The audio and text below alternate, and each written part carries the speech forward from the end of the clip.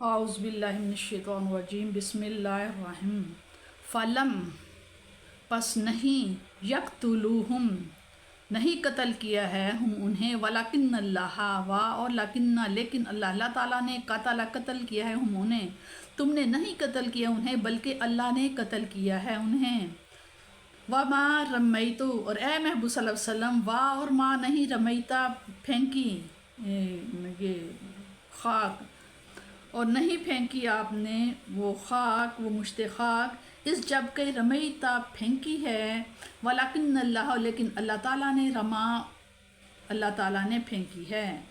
اے محبوب صلی اللہ علیہ وسلم نہیں پھینکی آپ نے وہ مشت خاک جب آپ نے پھینکی بلکہ اللہ تعالیٰ نے پھینکی ہے۔ وَلِيُبْلِيَ الْمُؤْمِنِينَ اور لی تاکہ یبلیہ احسان فرمائے مومنین پر منہو اپنی جناب سے اللہ تعالیٰ بلاء حسنا بہترین بلاء حسنا بہترین احسان اپنی جناب سے اچھا احسان۔ ان اللہ بھی اللہ تعالیٰ سمیع سننے والا ہے علیم جاننے والا ہے۔ ذالکم یہ تو ہوا وان اللہ بے شک اللہ تعالیٰ موہینو اللہ کمزور کرنے والا ہے قید الکافرین کافروں کے مکر و فریب کو قید کو۔ اے کفار اگر تستفتحو اے کفار اگر تو فیصلہ کے طلبگار ہو فقط جاکم الفتح تو آ گیا ہے واپس قد ہے جا آ گیا ہے کم تمہارے فتح فیصلہ۔ وَإِنْ اگر تنتہو اور اگر تم باز آ جاؤ منع ہو جاؤ فَهُوَ پس وہ خیر بہتر ہے لاکم تمہارے لیے اگر تم منع ہو جاؤ تو یہ تمہارے لیے بہتر ہے۔ وَإِنْ اور اگر تعودو نعدو اور اگر تم پھر شرارت کرو گے نعود تو ہم پھر سزا دیں گے۔ ولن تغنیا اور لن ہرگز نہیں تغنیا فائدہ پہنچائے گی انکم تم سے فئاتکم تمہاری جماعت ہی ان کچھ بھی اور اگر تم پھر شرارت کرو گے تو ہم پھر سزا دیں گے اور نہ فائدہ پہنچائے گی تمہیں تمہاری جماعت کچھ بھی۔ وَلَوْ کثرت اور اگر زیادہ بھی ہوں تعداد میں وَأَنَّ اللَّهَ اور اللہ بے شک اللہ تعالیٰ مع ساتھ ہے مومنین بے شک اللہ تعالیٰ مومنین کے ساتھ ہے۔ نہتے مسلمانوں کا اپنے سے 3 گنا مسلح اور طاقتور لشکر کو یوں تہس نہس کر دینا اور اس کے بڑے بہادر رئیسوں کو کاٹ کر رکھ دینا محض نصرت خداوندی کا کرشمہ تھا۔ اس لیے صاف صاف بتا دیا کہ تم اپنی قوت و شجاعت پر نازا نہ ہو بلکہ اپنے رب قدیر کا احسان سمجھو اور اس کے شکر گزار بنے رہو۔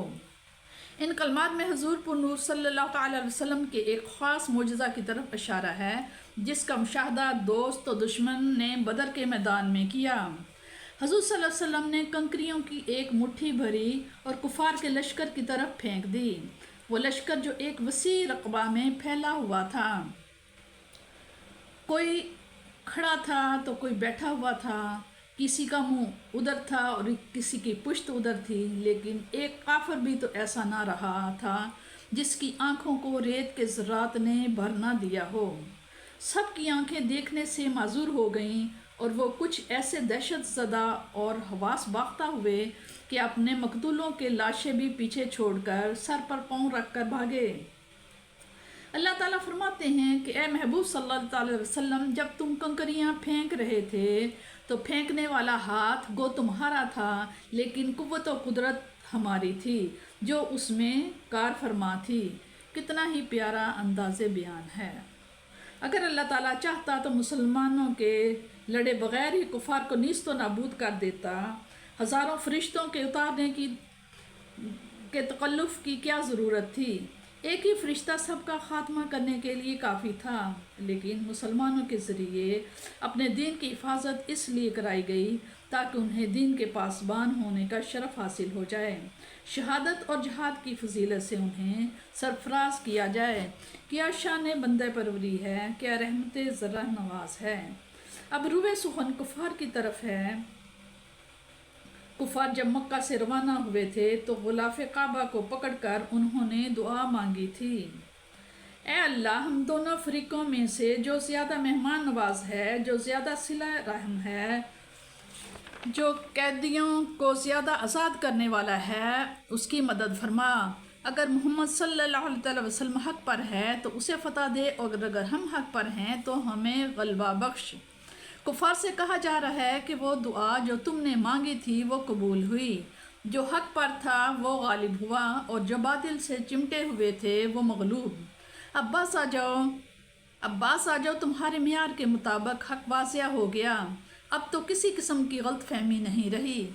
اگر پھر بھی تم نے حق کو قبول نہ کیا اور اس کی مخالفت سے باز نہ آئے تو یاد رکھو تمہیں آئندہ بھی ایسی ہی اندوہناک شکستوں سے دوچار ہونا پڑے گا۔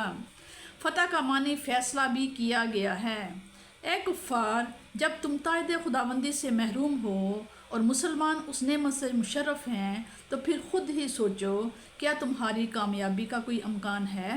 چلو مان لیا تم بڑے نڈر اور بہادر ہو اور تمہاری تعداد بہت زیادہ ہے، لیکن خود ہی بتاؤ، کیا تم اللہ تعالیٰ کی طاقت سے ٹکر لے سکتے ہو؟